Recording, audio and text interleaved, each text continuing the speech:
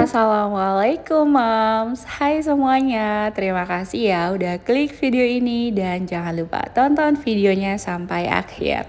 Oke nih, kebetulan aku lagi libur kerja, aku udah mandi, udah rapi, udah bikin sarapan juga, dan lanjut ini aku mau rapihin kamar karena rencananya hari ini aku mau keluar rumah. Kayaknya belum tenang dan kepikiran banget kalau mau pergi atau berangkat kerja atau keluar rumah tapi kasur masih berantakan kayak gini. Makanya sebelum pergi aku sempetin rapihin kasur dulu. Pagi ini sebenarnya udah ada Mama Aan yang bantuin untuk beberes rumah seperti nyapu, ngepel, cuci gosok baju kerja, dan juga pekerjaan rumah yang lainnya. Tapi untuk beresin tempat tidur itu harus aku yang ngerjain karena nggak tahu kenapa ya, kadang suami bantuin beresin, Mama Aan juga sering banget bantuin beresin. Tapi kalau bukan aku sendiri yang beresin tempat tidur kayaknya kurang puas aja gitu. Oh ya, kali ini aku lagi pakai spray, warnanya itu putih abu-abu dengan motif bunga-bunga gitu, dan di sini ada banyak banget bantal yang aku susunin karena setiap malam itu di kamar ini kita tidur bertiga, ada aku, suami, dan juga ada Abang Maher. Nah, setiap orang itu kita pakai 2 bantal, 1 bantal guling, makanya kenapa ada banyak banget bantal ya. Untuk bantal aku masih pakai yang lama dari Informa, dan untuk bantal yang ukurannya paling besar itu aku beli di IKEA. Ada banyak banget yang komen dan bilang katanya bantal juga guling aku udah mulai kempes. Ya wajar aja ya, karena bantal ini udah kepake hampir 10 tahun dan menurut aku bener-bener masih enak banget dipakainya dan masih kelihatan gendut ya. Oke, lanjut, di sini aku mau pasang selimutnya. Jadi selimut ini sebenarnya satu set sama spray warna abu-abu yang polos yang aku custom udah kurang lebih 8 tahun lalu. Alhamdulillah masih awet dan masih enak banget dipakai selimutnya ini. Untuk selimutnya karena aku custom, jadi waktu itu aku bikin ukurannya tuh gede, kurang lebih ukuran 200 kali 180 kalau nggak salah. Di sini ada 2 warna, jadi selimut itu bisa dibolak-balik gitu. Satu sisi warna putih, satu sisinya lagi warna abu-abu. Udah selesai rapihin tempat tidur, rasanya puas dan happy banget kalau mau pergi. Kamar udah bersih, udah wangi, kasur udah rapi. Jadi nanti pas pulang badan udah capek, tinggal mandi, bersih-bersih, sholat, dan istirahat deh di tempat tidur. Akhirnya selesai rapihin kamar, lanjut aku mau turun ke bawah dan pastiin lagi kalau dapur, ruang tamu juga udah bersih dan rapi. Mama An lagi bantuin susunin baju, dimasukin ke dalam lemari. Alhamdulillah, karena rumahnya Mama An tuh deket banget dari rumah aku, paling cuma beda 3 rumah aja. Jadi biasanya kalau libur kerja gini antara Sabtu atau Minggu Mama An tetap masuk. Tapi kalau aku lagi pengen beresin semuanya sendiri, ya Mama An aku minta libur. Oke, karena nanti rencananya aku mau survei rumah. Masya Allah tabarakallah, Bunda beli rumah baru ya, amin. Jadi alhamdulillah ada salah satu owner yang ngubungin aku buat minta rumahnya disurvei. Dan katanya rumahnya tuh mau direnovasi dan mau disulap sama aku. Dan di sini aku lagi WA-an dulu, kita lagi chat dulu sebelum aku OTW ke rumahnya, dan aku juga pasti kasih referensi dulu. Biasanya di awal waktu survei aku bakalan tanya-tanya kira-kira owner dan keluarga mau desain rumah itu seperti apa. Dan di sini aku udah kasih beberapa referensi desain interior untuk rumah minimalis. Tepatnya ini adalah rumah subsidi. Kebetulan owner katanya lihat postingan aku di sosial media waktu aku lagi ngerenov rumah pimpinan aku kemarin, dan juga hasil renovasi atau desain interior di rumah owner yang lainnya. Dan alhamdulillah setelah kemarin kita komunikasi, hari ini kita bakalan ketemu di rumah owner. Di sini aku udah selesai rapiin tempat tidur dan juga kamar, lanjut aku mau turun ke bawah. Sebelum berangkat aku sempetin dulu untuk beberes dapur karena kemarin aku habis masak, bikin camilan lumayan banyak, dan ada beberapa peralatan masak dan juga peralatan makan yang udah bersih tapi belum aku rapihin atau belum aku susunin ke tempatnya. Alhamdulillah pagi ini kebetulan kita berangkatnya lumayan sedikit siang karena aku janjian di jam 10 dan kita bakal berangkat di jam setengah 10 karena tempatnya juga nggak terlalu jauh. Aku juga berangkatnya cuma berdua sama suami naik motor, dan karena ini hari libur jadi kayaknya di jalan juga nggak akan macet ya. Oke, di sini aku mau taruh dulu beberapa peralatan masak di kolong meja dapur karena alhamdulillah dapur impian aku ini belum pakai kitchen set, jadi untuk beberapa peralatan masak aku taruh di kolong meja dapur. Dan ada juga beberapa peralatan masak atau peralatan makan yang aku taruh di dalam lemari.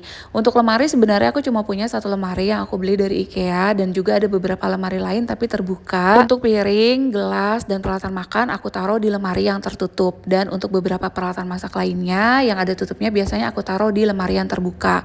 Oke, di sini udah selesai, aku beresin dan susunin semua peralatan makan dan peralatan masak yang udah bersih.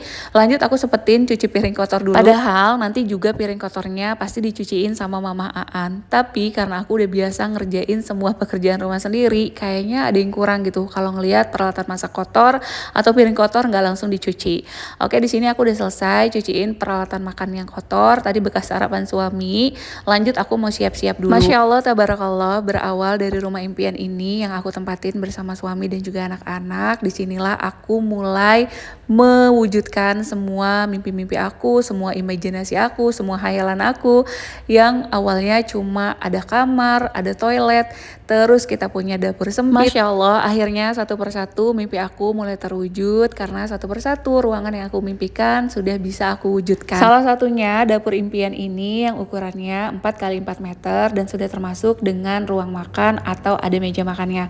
Kebetulan karena rumah ini 2 lantai, jadi di lantai bawah itu nggak ada kamar. Jadi aku bikin desainnya untuk lantai bawah ini bener-bener plong, ngeblong, terbuka, jadi nggak ada sekatan. Cuma aku bikin sedikit partisi lengkungan untuk pembatas antara ruang tamu dan juga dapur. Oke, kita udah di jalan, udah nggak sabar jujur mau ketemu sama owner dan pengen lihat rumahnya yang mau aku sulap. Karena setiap mau renovasi atau mau desain interior untuk rumah owner, aku tuh harus lihat dulu kondisi rumahnya. Kira-kira ada yang harus diperbaiki atau enggak. Aku harus pastiin dulu sebelum aku desain bagian interior rumahnya, itu aku harus tahu dulu kondisi rumahnya, seperti dindingnya, plafonnya. Karena sayang kan kalau dalamnya, interiornya itu udah bagus tapi nggak bisa bertahan lama karena tiba-tiba ada masalah di bagian dinding atau plafon. Makanya biasanya sebelum aku desain bagian dalam rumah, aku pasti konsultasiin dulu sama owner, kira-kira ada yang mau diperbaiki dulu nggak kalau misal aku temui ada masalah di dinding atau di plafonnya. Nah, ini dia rumah owner, jadi aku udah di dalam. Kebetulan kondisi fisiknya memang sudah sedikit ada kerusakannya, seperti di bagian plafon itu udah ada yang bolong, terus juga bagian plafonnya udah banyak yang rusak, udah ada jamur, dindingnya juga nggak rata, dan banyak yang harus diperbaiki dulu sebelum aku desain interior untuk rumah ini. Nah, di sini biasanya aku ukur dulu dari semua bidang ruangan yang mau didesain, dan di awal aku pasti bakal komunikasiin dulu sama owner, kira-kira mau diperbaiki dulu nggak nih kondisi plafonnya, dindingnya, dan lain-lainnya. Kalau memang owner nggak mau diperbaiki dengan seadanya aja yang mau didesain atau mau dipercantik, ya udah aku bakal ikutin, karena aku juga sistemnya tuh nggak matokin. Kita tuh sama-sama komunikasi dan terbuka dari awal, kayak mulai dari budget ada berapa, terus untuk kebutuhan, terus mau desain apa, model apa, dan lain-lainnya. Jadi kita sesuaikan aja biar sama-sama enak ya. Di sini ada 2 kamar. Kamar utama ukurannya lebar 1,5 kali 2,5 meter, dan untuk kamar anak itu lebar 1,5 kali 2 meter. Nah, di sini juga udah ada terasnya, tapi owner mau teras ini diubah, didesain seperti teras yang sekarang tuh lagi viral banget. Oke, ini kebesokan harinya setelah aku survei di hari Minggu, ini hari Senin. Dan hari ini rencananya aku mau ke sekolah Kakak Cila, anak nomor 1, mau ambil rapot karena alhamdulillah Kakak Cila udah kelulusan kelas 8 dan insya Allah sebentar lagi naik kelas 9 atau kelas 1 SMA.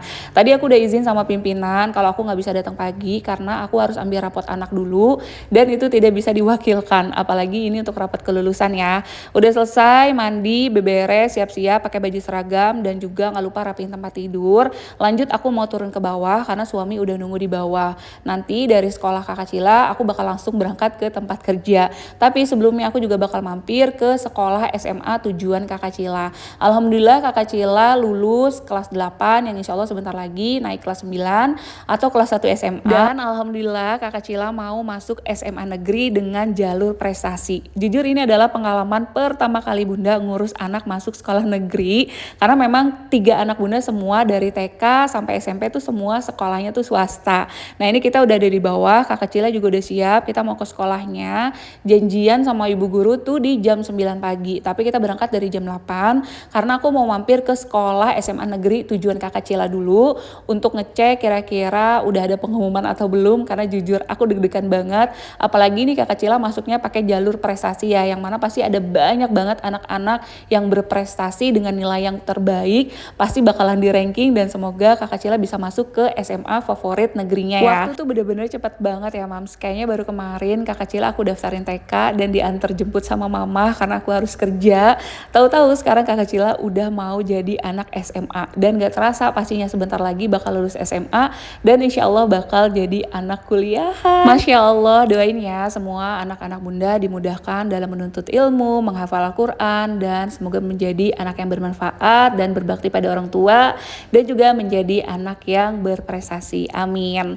Oke, di sini kita udah siap. Nggak lupa bunda bawa tentengan. Bunda mau kasih gift atau mau kasih sedikit hadiah kenang-kenangan untuk guru kelasnya Kakak Cila dan juga untuk guru tahfiznya Kakak Cila. Karena alhamdulillah tanpa mereka, tanpa beliau-beliau, tanpa orang-orang hebat itu mungkin anak bunda nggak bisa sampai di titik ini, nggak bisa dapat nilai yang baik, nggak bisa berprestasi, nggak bisa menghafal Al-Quran.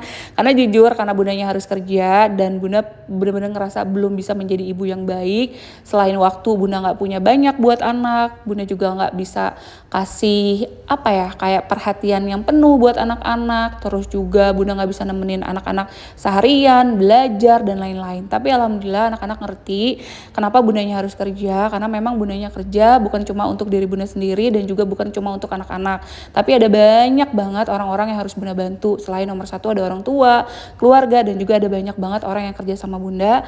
Jadi alhamdulillah bunda dikasih percaya untuk kerja dan Allah titipkan rezeki untuk orang-orang yang bunda bantu ya lewat bunda.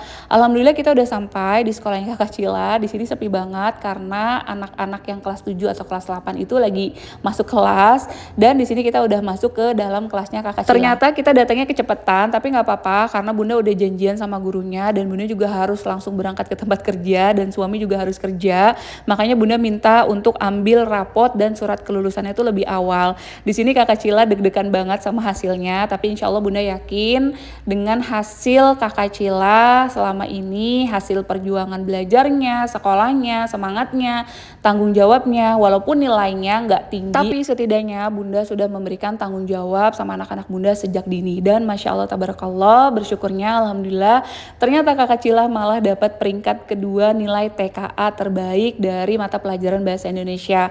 Dan untuk nilai rata-ratanya Masya Allah tabarakallah setelah diakumulasi semua, makanya kenapa Kakak Cila bisa daftar jalur prestasi karena memang nilainya tinggi. Kakak Cila sampai happy banget pasti bilang nilai rata-ratanya bagus. Masya Allah, terima kasih ya Nas sudah berjuang dan sudah memberikan yang terbaik untuk ayah dan bunda. BTW tadi juga udah ada orang tua dari temannya Kakak Cila yang datang dan kita benar-benar janjian lebih awal untuk ambil rapotnya. Oke, thank you for watching ya. Bye.